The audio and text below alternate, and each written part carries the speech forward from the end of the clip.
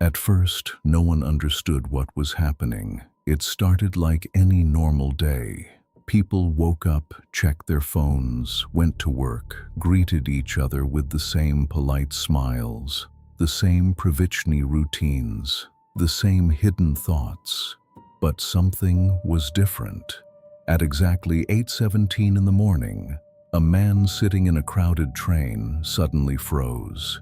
He looked around in confusion, then slowly covered his mouth, because he had just heard something, not from outside, but from inside his own head.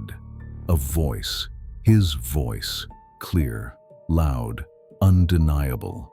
"I hate being here." The words echoed in his ears, even though he never said them out loud. At first, he thought he was losing his mind, until the woman sitting next to him turned and said, "Did you just say that?" The man shook his head quickly. "No, I didn't say anything."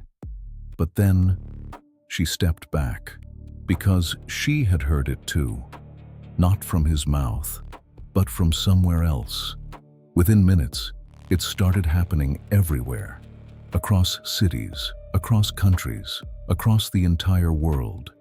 People began hearing their own thoughts, every silent judgment, every hidden fear, every lie they told themselves. Now, spoken. Out loud. A teacher stood in front of her class, trying to explain a simple lesson, but suddenly, "This job is pointless. None of them are even listening." The classroom went silent. The students stared at her. She hadn't moved her lips. She hadn't meant to say it, but they all heard it. A husband looked at his wife across the breakfast table. "I don't love her anymore." The words filled the room like poison. His wife slowly put down her cup. Neither of them spoke, because there was nothing left to say. Governments tried to control the situation. Experts called it a global neurological event. Some said it was a glitch in human consciousness. Others believed it was something far worse, something intentional. But explanations didn't matter anymore, because society was breaking. People stopped talking, because talking didn't matter. Their real thoughts were already exposed. Friendships collapsed overnight. Families turned against each other. Secrets that were buried for years suddenly screamed into existence. And then came the fear, not of others, but of yourself.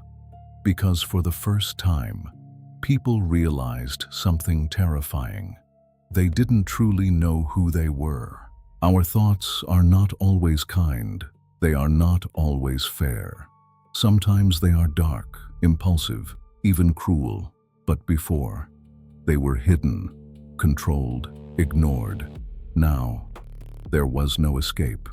The streets grew quiet, not peaceful quiet, but the kind of silence filled with tension. People avoided eye contact, because one look could reveal everything. And then, something even stranger happened. Among the chaos, there were a few individuals who remained completely silent. No thoughts, no voice, nothing. At first, people admired them. They are calm. They have control. They are different. But soon, admiration turned into fear. Because when everyone else was exposed, these people were not. No matter how hard others tried, they couldn't hear a single thought from them. It was as if their minds didn't exist. Or worse, they were hiding something much deeper. One man decided to follow one of them, a quiet figure who walked through the chaos without reacting, without thinking, without fear. He followed him through empty streets, into an abandoned building, down a dark hallway, and finally, he spoke.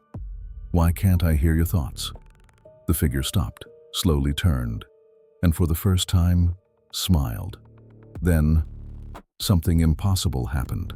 A voice appeared, not from the silent man, but inside the follower's head, clear, cold, and not his own. "You're not supposed to hear mine." The man stepped back in horror, his heart racing, his mind screaming, "What are you?" The figure took one step closer, eyes locked, unblinking, and then said, "I'm the reason you hear yours." Everything stopped. In that moment, the man understood. This was never a random event. It was never an accident. Someone, or something, had turned humanity inside out, forced them to face the truth. They spent their entire lives hiding. And now, there was no going back. Because once you hear your own thoughts, once you truly understand what's inside you, you can't pretend anymore. And maybe that was the real purpose all along. Not to destroy the world, but to reveal it. Because the scariest thing was never the silence. It was the truth that was always there.